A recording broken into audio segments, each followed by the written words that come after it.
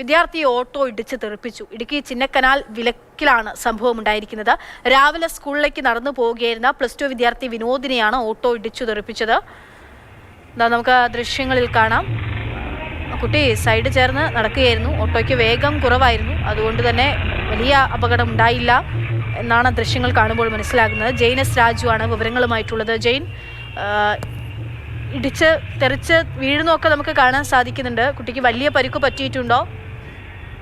എന്താണ് വിശദാംശങ്ങൾ?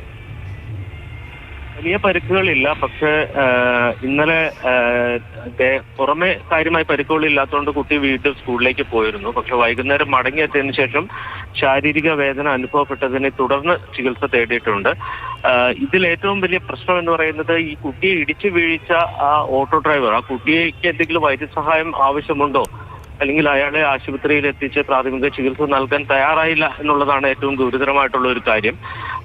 ആ ദൃശ്യങ്ങളിൽ കാണാൻ കഴിയും കുട്ടി ശക്തമായി തെറിച്ച് സൈഡിലേക്ക് വീഴുന്നുണ്ട്. അത്ര ശക്തമായി ഇടിച്ചിട്ടും കുട്ടിക്ക് എന്തെങ്കിലും പരിക്കുകളുണ്ടോ, ഇനി ആന്തരികമായി എന്തെങ്കിലും മുറിവുകളുണ്ടോ എന്നതടക്കമുള്ള കാര്യങ്ങളിൽ ഒരു പ്രാഥമിക ചികിത്സയെങ്കിലും നൽകേണ്ടതായിരുന്നു. പക്ഷെ അത്തരം ഒരു നടപടി ഈ ഓട്ടോ ഡ്രൈവറുടെ ഭാഗത്തുനിന്ന് ഉണ്ടായിട്ടില്ല. ഇതിനടുത്ത് തന്നെ സാമൂഹ്യ ആരോഗ്യ കേന്ദ്രമുണ്ട്. ഇപ്പോൾ സൂര്യനെല്ലി, ചിന്നക്കനാൽ സൂര്യനെല്ലിക്ക് സമീപം വിലക്ക് ഭാഗത്താണ് ഈ അപകടം ഉണ്ടായത്, അല്ലെങ്കിൽ ഈ കുട്ടിയെ ഓട്ടോറിക്ഷ ഇടിച്ചത്.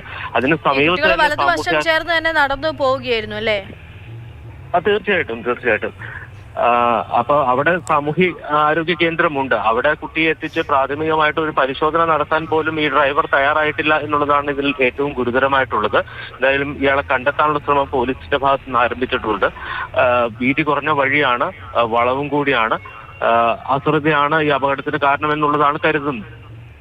ശരി, തീർച്ചയായിട്ടും ഒരു വളവാണ്, വീതി കുറഞ്ഞ റോഡാണ്, അവിടെയാണ് അപകടം സംഭവിച്ചിരിക്കുന്നത്. അയാൾ ഈ അപകടം ഉണ്ടായിരുന്നത് തൊട്ട് പിന്നാലെ ഓട്ടോയിൽ നിന്ന് ഇറങ്ങി കുട്ടികളുടെ അടുത്തേക്ക് പോകുന്നവരെ നമുക്ക് ദൃശ്യങ്ങളിൽ കാണാൻ സാധിക്കുന്നുണ്ട്. പക്ഷേ പ്രഥമ ദൃഷ്ടിയ നേരെ നോക്കുമ്പോൾ കുട്ടിക്ക് വലിയ പ്രശ്നമൊന്നും കാണാത്തത് കൊണ്ടായിരിക്കാം എങ്കിൽ പോലും ഒരു പരിശോധനയ്ക്കൊന്നും നിന്നില്ല. ഒരു ആശുപത്രിയിലേക്ക് എത്തിക്കാൻ അയാൾ സന്നദ്ധനായില്ല എന്നുള്ളതാണ് പ്രശ്നം. ജെയിൻ എസ് രാജു വിവരങ്ങൾ നൽകിയത്.